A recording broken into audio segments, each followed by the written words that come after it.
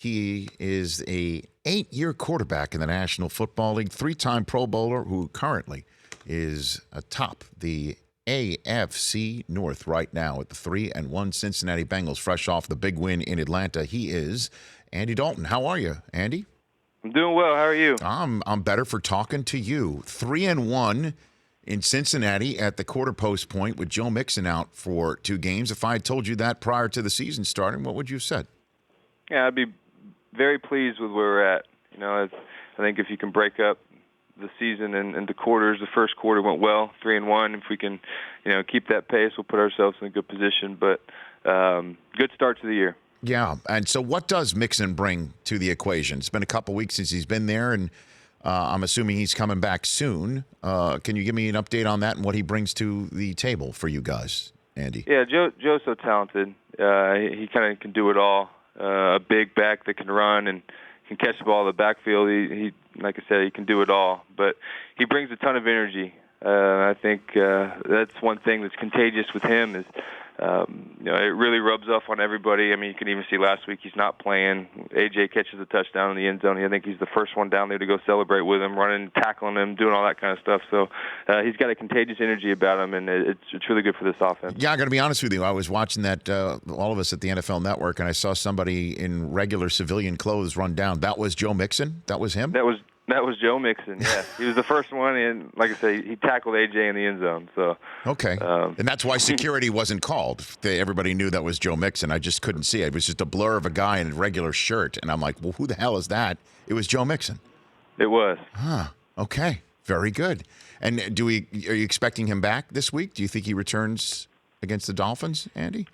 Yeah, I mean, I think that's the path we're on. So we'll see how it goes. Okay. So now 3-1. I'd love for you to take us inside the locker room with Marvin Lewis, if you can, because so many fans see so many franchises change coaches all the time when things aren't maybe as successful as hoped, and yet he just keeps on keeping on as the coach there.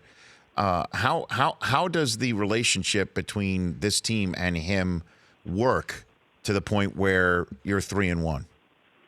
I think for us, we were very happy to have Marvin back. I think it keeps the continuity of what we had, and I feel like there was changes that were made, other places that kind of made the feel around here new.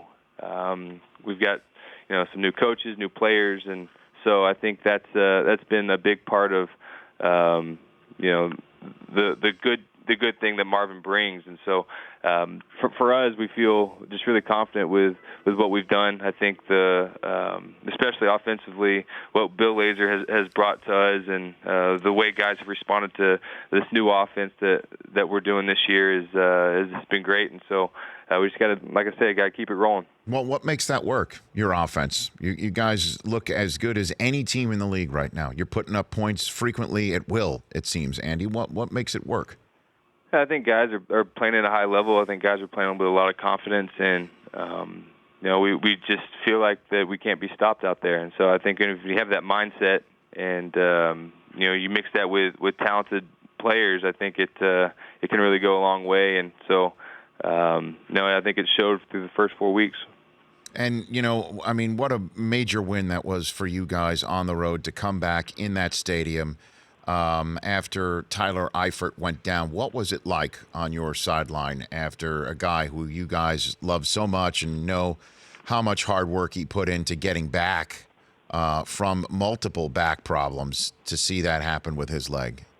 Yeah, I mean, it feels terrible for him. Like you said, he put in so much work to get back, and we felt like he was back to what he's been, and so you hate to see that for a guy that has had to go through so much like he has. So that was tough.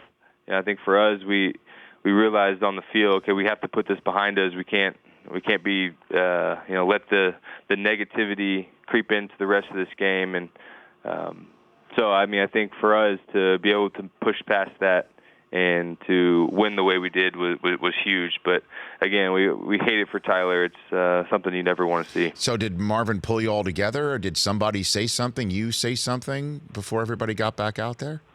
Yeah, at that point in the huddle, it's like, obviously it sucks for him, but we've got to keep going. The game still has to go on, so we've got to get our mind right. And it didn't happen right after it happened. We went 3 and out, and then they blocked the punt, so it didn't work out just then. But we kind of got it back at the end of the game, and we're able to win it. Andy Dalton, Bengals quarterback here on the Rich Eisen Show. 3-1, getting set to take on the 3-1 Dolphins.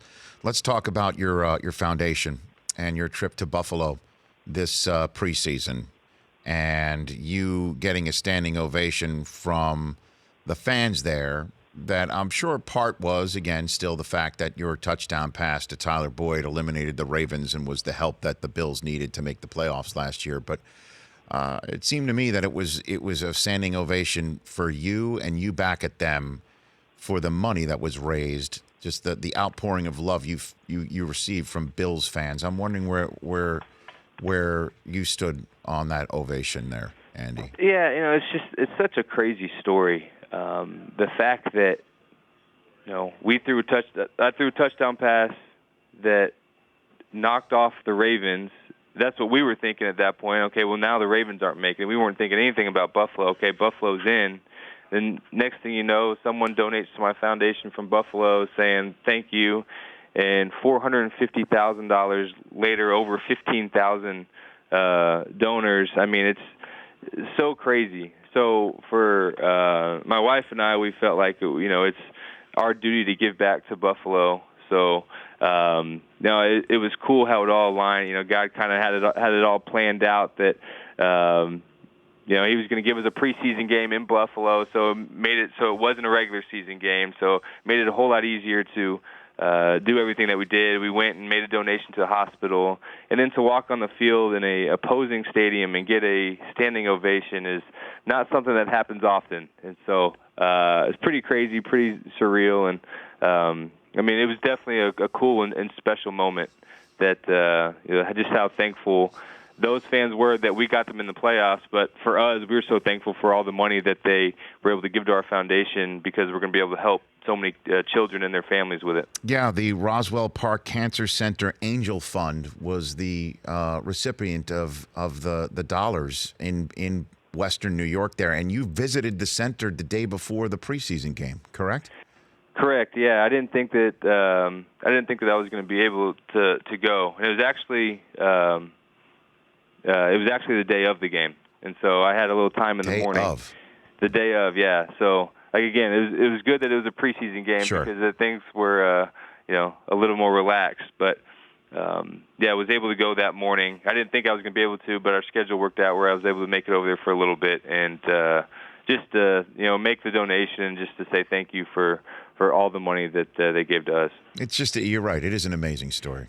And again, the ovation, I think, was just everybody kind of giving everybody a round of applause. That obviously it meant something football wise, but lives were changed through that. That somebody thought, let's make something special for Andy Dalton and his family through the foundation. I love that, Andy. You can't make that up. Yeah, I think it just shows the power of sports and how many people it can impact, and especially when you use it for good, it can make an impact on so many people. And so, yeah, I think it's, like I said, it's a crazy story, awesome story. It's one of those things that you never think is going to happen to you. It's one of those stories that you see and it's like, oh man, that's awesome, but never think it's going to happen to you. And so we just happen to be on the receiving end of it. And then just again, the story that's unfolding at the quarter post point of the Bengals season, 3-1. After that win, Dre Kirkpatrick, who's been on this show many times, was saying afterwards that the team's fighting for each other, standing up for each other, believing in each other. In previous years, we haven't had that. Would you agree with that assessment? Yeah, I think definitely this year that's the case. I think for us, there's been no quit in this team, and we're finding ways to win however it needs to be done. I felt like this past week that the last team that had the ball was going to win, and fortunately we were able to to score with 7 seconds left. So, yeah, I definitely agree with that statement, and that, guys are definitely playing for each other. Well, in terms of past years haven't had that, what do you think he means by that? Yeah, it's hard to say. I think that's something that he's saying. I'm not necessarily saying that, but I think this year we definitely have that. Okay. Taking on the Miami Dolphins this weekend, Andy Dalton. We appreciate you joining the program. Thanks very much. We'll chat again soon. Yeah, you got it. Thanks, Rich. You got it. That's Andy Dalton, who pretty much has every record at TCU. Now 3-1 for the Cincinnati Bengals right here on The Rich Eisen Show. The Rich Eisen Show, weekdays at noon Eastern on Audience.